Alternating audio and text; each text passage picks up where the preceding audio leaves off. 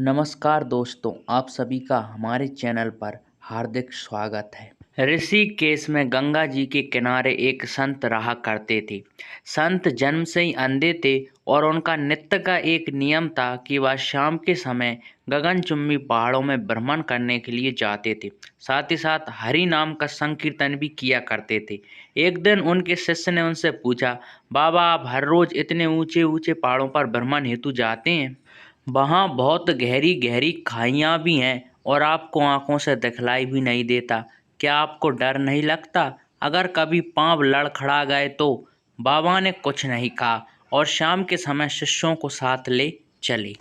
पहाड़ों के मध्य पहुंचकर बाबा ने कहा, जैसे ही कोई गहरी खाई आ जाए तो मुझे बताना। दोनों चलते रहे और जैसे ही गहरी खाई आई तो शिष्य ने बताया कि बाबा गहरी खाई आ चुकी है।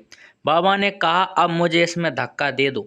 तो शिष्य इतना सुनते ही शक पका गया, उसके होश खफ्ता हो गए। उसने कहा, बाबा मैं आपको धक्का कैसे दे सकता हूँ? मैं ऐसा हरगिज नहीं कर सकता। आप तो मेरे गुरुदेव हैं। मैं तो किसी अपने शत्रु को भी इस खाई में नहीं धकेल सकता। बाबा ने फिर कहा, मैं कहता हूँ मुझे इस खाई में धक्का दे दो। यह मेरी आज्ञा है और मेरी आज्ञा की अवहेलना करोगे तो नरकगामी होगे तुम। शिष्य ने कहा, बाबा मैं नरक भोग लूंगा मगर आपको हरगिज इस खाई में नहीं धकेल सकता।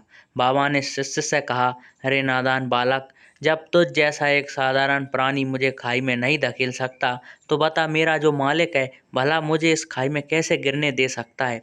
उसे तो सिर्फ फंसे हुओं को उबारना और गिरे हुओं को उठाना आता है। वह कभी किसी को गिरने नहीं देता, वह पल पल हमारे साथ है।